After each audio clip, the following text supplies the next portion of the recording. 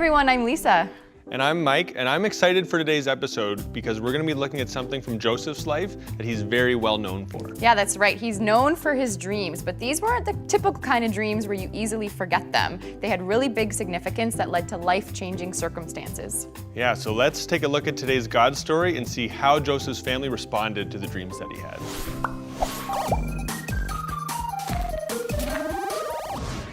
A lot of other things are going to happen in Joseph's life that you're going to...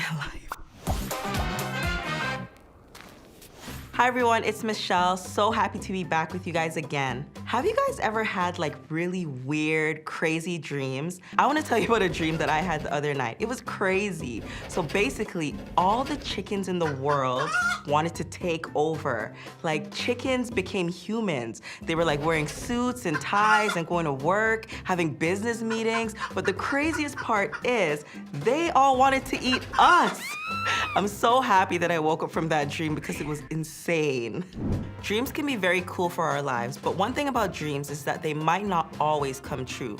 I pray that one doesn't come true. But that makes me think of today's big idea, which is when God gives us a dream, he will see it through. So last time we jumped from the creation of the world to the life of Joseph. Remember that Joseph had 11 brothers. Well, now we're gonna dive into God's story to see what the relationship was like with them. And I'm gonna give you a hint, they were not big fans. So we're gonna look at the story of Joseph, the dreamer, in Genesis 37. When Joseph was 17, he worked with his father as a shepherd taking care of his sheep. He also did some work for his brothers. Sometimes his brothers would do some bad things, so he would go and tell his father, and that made them really upset. And to make matters worse, Joseph was Jacob's favorite son. Could you imagine if your parents told you that your brother or your sister was their favorite? How would that make you feel?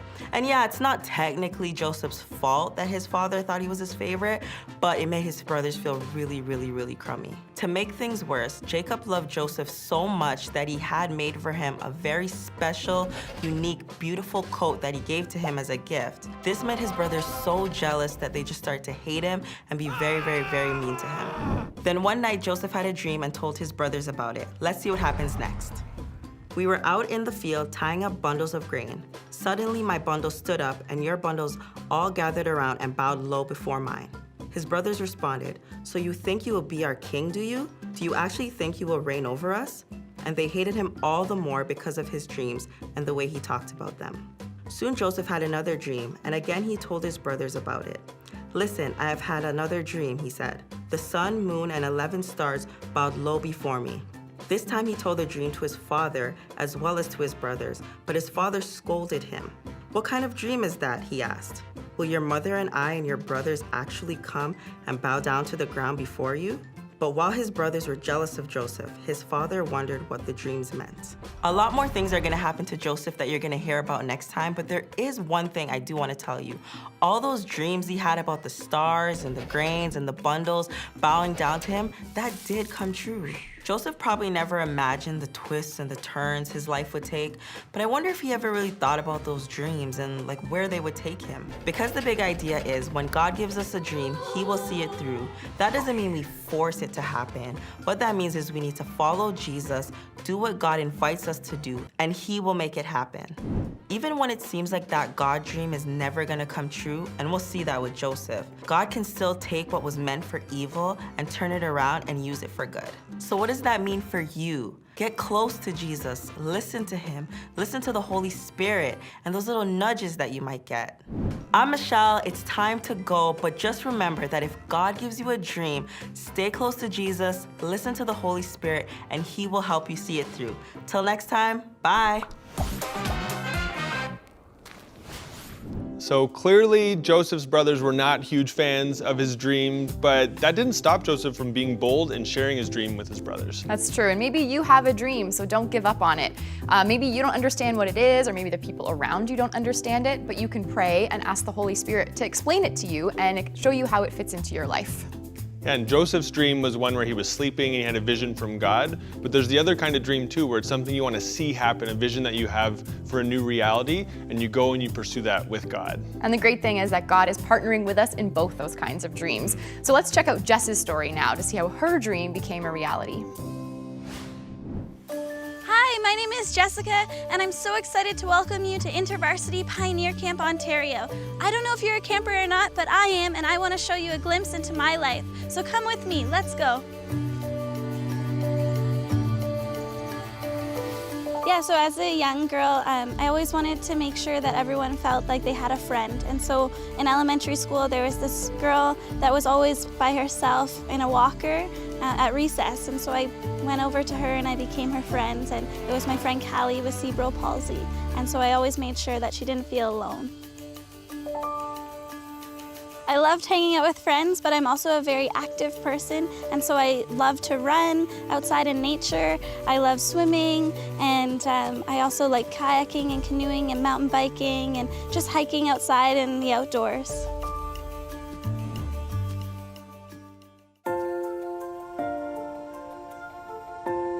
Yeah, so I went to another camp and they didn't have a special needs program. And that was really hard for me because my heart was to have a place where everyone can come and enjoy camp. And so when I came to this camp, to Pioneer Camp, and they did have a special needs program, I was so excited that my friend Callie and other friends with special needs could come and enjoy camp.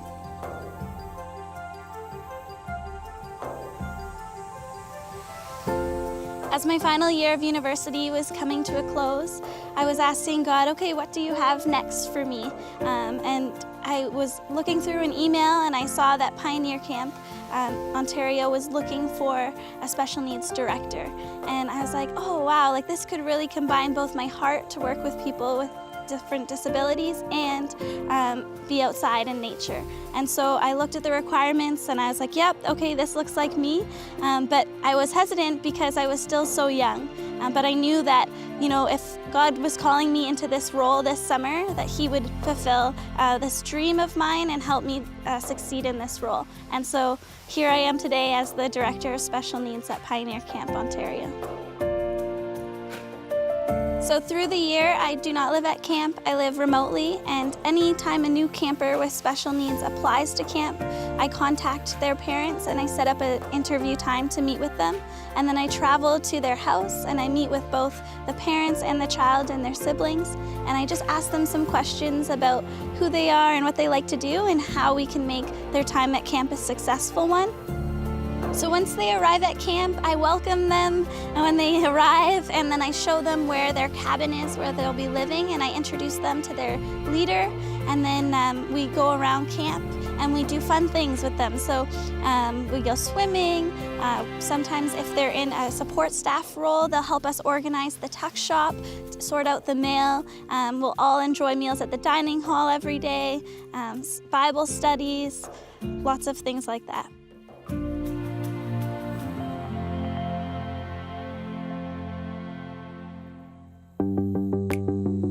Camp is a great place to connect with God because I'm able to just be outside in nature and see His beautiful creation and listen to the birds that He's made. Now that I'm in this role, it's really great to know that God cares about every single detail of our lives, even those little dreams that we thought about long ago. And so now it's pretty remarkable to be here at camp and living the dream that I had long ago as a young child. I'm so thankful to God that Callie can come and join me now at camp. As you know, as a young girl reaching out to her in elementary school, I never would have thought that today we'd be together here at camp. Well, that was a glimpse into my life at camp. I hope to see you at camp too. See you soon.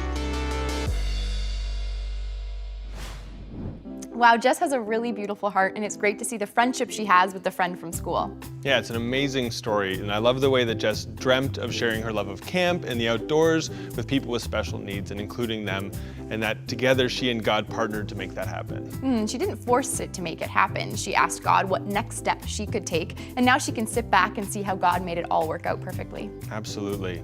So now let's get into our small groups and see what this looks like in our own lives.